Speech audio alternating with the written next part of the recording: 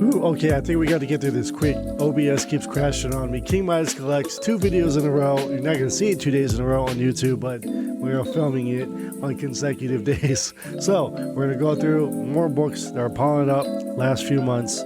Let's check it out. Going all the way back to the start of Hush, Part 2 in issue 158. This is a Sean Gordon Murphy all-in foil variant. I believe that this is the showcase variant was like the retail incentive variant, so it was like a $15 to $20 book. The price on the back says $24.99. So it's kind of crazy that DC is now doing the same thing that Dynamite is doing with some of their incentive ratio covers, is that they're actually putting the full price point on it and expecting you to pay the $24.99 on that. Yeah, I don't know. It's weird. Variants are weird. I don't know what they're doing it with the space right now, but that's what we're expecting. I'm not sure if I showed you guys this last time, but we got the final issue of Epic Illustrated, so Marvel UK magazine that they did. So really happy to find in really nice condition, actually, this last issue of Epic. I had it on my wish list. And there's a few other Epics that I'm still on the hunt for. One of them was a Big Key. I can't remember who the first appearance is, but I want to make sure I showed you guys that. I just couldn't remember if you saw it or not. And then just Creepy 76 here, Warren Magazine from, I believe it's the January of 76. Yeah, I was going to say 75. 76 there, but it is, you know, just a Grim Reaper-like character on a horse with a beheaded woman. So, yes, not for children. But it was creepy enough where I'm like, man, that is awesome. So happy to add it. All right, let's continue on back with the Hush stuff because there was a couple other covers. So this are connecting covers by Gabriel Del Otto. So issue 159 and 160, I believe. There's maybe even 161. I don't know if it's a 4-issue gatefold or just 3 issues. And then they have a J. Scott Campbell variant cover as well. So fun. But we know a book like this where it doesn't feature one of the female protagonists or antagonists, that, you know, it's not going to go screaming in the secondary market. But if you are a master collector, want all J. Scott Campbell art, there's another variant for you. Next up, Marvel Rivals Avengers issue number 24, featuring our good boy Jeff the Land Shark. He's just blown up everywhere. All his books have skyrocketed in price. Essentia 27. This is kind of cool because the whole cover is like foiled out. I guess you can't see it here, but it was kind of cool to just get this at its price point, and it was a foil cover. Next up, again, I love these action figure variants that DC did. This one is for the facsimile edition of Crisis on Infinite Earths number 12, featuring Superman Prime.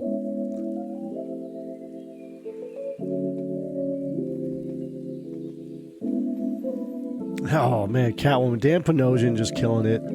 Need I say more? Issue number 74 there. The B cover, and then the C cover. Frank Joe, doing what Frank Joe does best.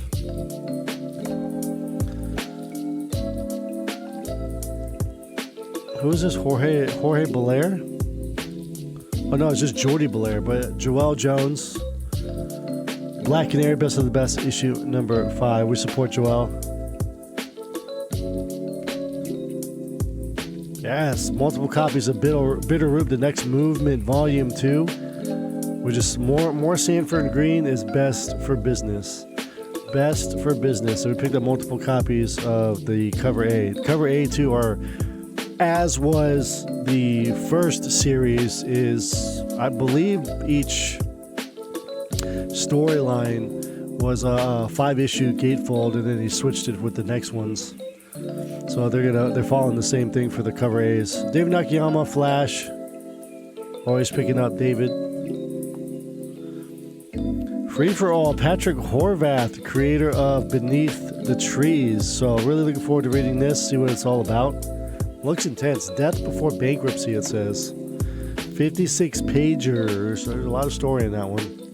Here's the Matt Kint variant cover. Next up, we have a Fantastic Four, issue 30, Disney What If variant. Making friends became the Fantastic Four, based on the. This is about the logo that they were using in the mid-2000s. There, we have an In-Hyuk Lee cover here. Beautiful cover, fun cover. Facsimile for issue number 3, featuring the Fantastic Car, which we saw at San Diego Comic-Con this past year, and in the movie trailer. We're creeping. We're almost there. We're 2 months away from the movie. I can't wait. Eddie Brock Carnage issue number 1, Venom Lethal Protector homage, second printing. Classic cover there. Oh man, probably one of her best. Jenny Frizen Magic issue number 3. I don't know if I showed you guys this already, but you're seeing it again because I probably need to get this. Any 9/8 slabbed up, maybe even signed by her would be great. J. Scott Campbell, of course, doing the cover A's on this. And then we got a issue number 2, second printing, Villa Lobos. Same cover though, unfortunately. Wish he would have maybe given her a different weapon or slight costume change or something to make it look stand out. I don't like 1-for-1 reprints on those second, third, fourth prints, but you know, it's just easier for them to do it.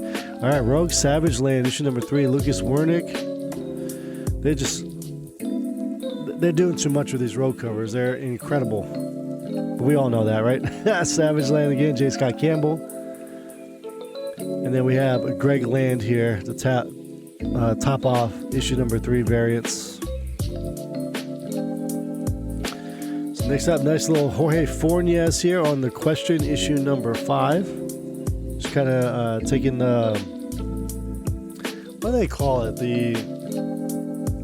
There's a specific name for that Marvel, like the shadow box, the character box in the top left corner they used to do in the 80s.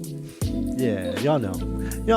David Tulaski, flexing on him, Power Girl issue number 19. Got a couple copies of that.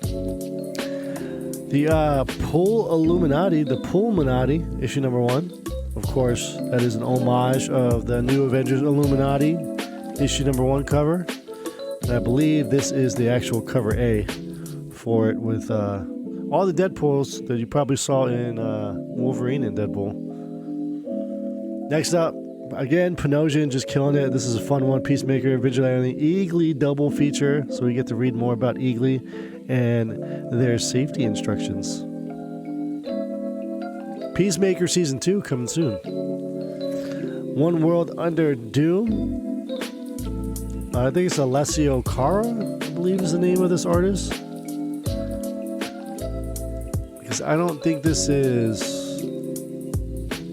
us. No. It could be RB Silva. Or it could be Ben Harvey. I don't think it's Ben Harvey though. It's a sick Doom cover. That's what we're going. That's what we're going with. It's a sick Doom cover. And then we got the Marvel Rivals variant of it as well. Absolute Flash issue number 1. We're on the second iteration of the Absolute books with Batman, of course, the Trinity. Started off Superman, Wonder Woman, Batman, and now we got Martian Manhunter, Green Lantern, and Flash. Speaking of John, issue number 1. Seems like a spy thriller, which is really, really cool. So looking forward to reading that. Absolute Wonder Woman issue number 6, Sean Gordon Murphy. Really sick little cover there. Love it with the snake in the back. There is a, I think the foil is the 1 in 50 of that, or maybe it's a minimal trade dress. I'm not sure. Joshua Swaby here on another issue, or a variant cover of issue 6, as well as, yes, Wonder Woman issue number 6. Another Frizen. There's another Wonder Woman Frizen cover for the month, but it's on a different book, so that's why I need to make sure and check that it was Absolute Wonder Woman. More Frizen for International Women's Day. New Gods issue number 4 with Big Barda. Very first time drawing Big Barda to my memory. We have Psylocke Ben Harvey, issue number 5. Again, another character where they're just killing all the covers and all the variant covers for that book. And then we have the Marvel Rivals Psylocke cover as well. Again, only those first 3, the all-new Venom, the Magic, and I think it was a Spider-Man, there are the ones that commanded a price tag. Everything else that's followed, everyone was already on the train at that point.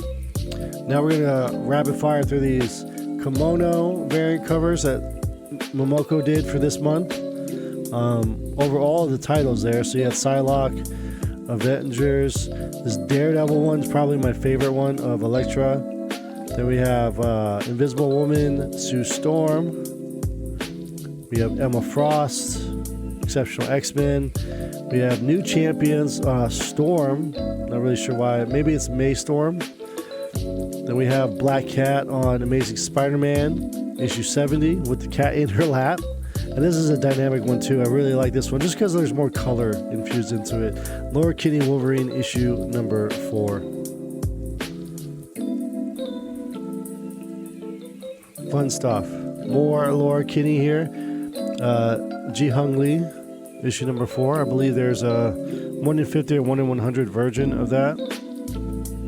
Then we have Derek Chu on New Champions, issue number 3. This Kendra book from AP Antarctic Press, so we'll check it out, see what it's about. Definitely has that Ninja High School gold digger kind of artwork. Maybe it's the same creative teams. King Spawn, issue 43. Really sick cover there. Just I love capes. I'm a big fan of capes, except the whole cape scene in the Incredibles, and why that they're detrimental to superheroes. But the flow of capes, or like even Strider for Capcom, the way that he has his scarf just flowing, awesome. I love it. Love it. The Herculoids, I don't know anything about this, but it seems like a book that was being pushed by Dynamite. I think it's like a throwback to something that they're redoing again, bringing back from like the 70s.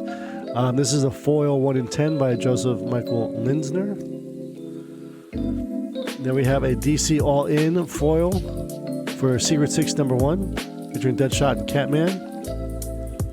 Ariel Olivetti, I believe. It was already bagged and boarded because it was foil. So they're like, hey, this is an FOC cover, but because it's foil, we're going to ship it accordingly. I'm like, you didn't have to do that. There's a couple other foils in there that weren't, put in bag and board. So I don't know. I don't know what the rhyme or reason was for that one. All right, and to top it off, we got an order from Artgerm Collectibles. A couple of variants that I bought on top of 2 books that I really wanted that he was supposed to sign, get a signature for. However, we got an email a couple weeks ago that said that there was a mistake in the system, I guess, where they were supposed to send these books to one of his signings. He never either made time for it, or the books were just never dropped off at the tail. Whatever the reason may be, the books didn't get signed. So they sent out an ultimatum. Do you want to wait for them to get signed? The next opportunity is Fan Expo Dallas, which is in July. Or we can refund you the full amount, or we can send you non-signed books of the same books and give you like somewhat of a refund, like barely anything of a refund. So I was like, no, I don't mind waiting. I've already waited. That's how the variant game works. You just kind of wait for these books to release. So he's going to sign those still in July. But since there was other things attached to the order, I was able to get those books shipped and expedited because they were ready to be shipped. So let's show you what we picked up.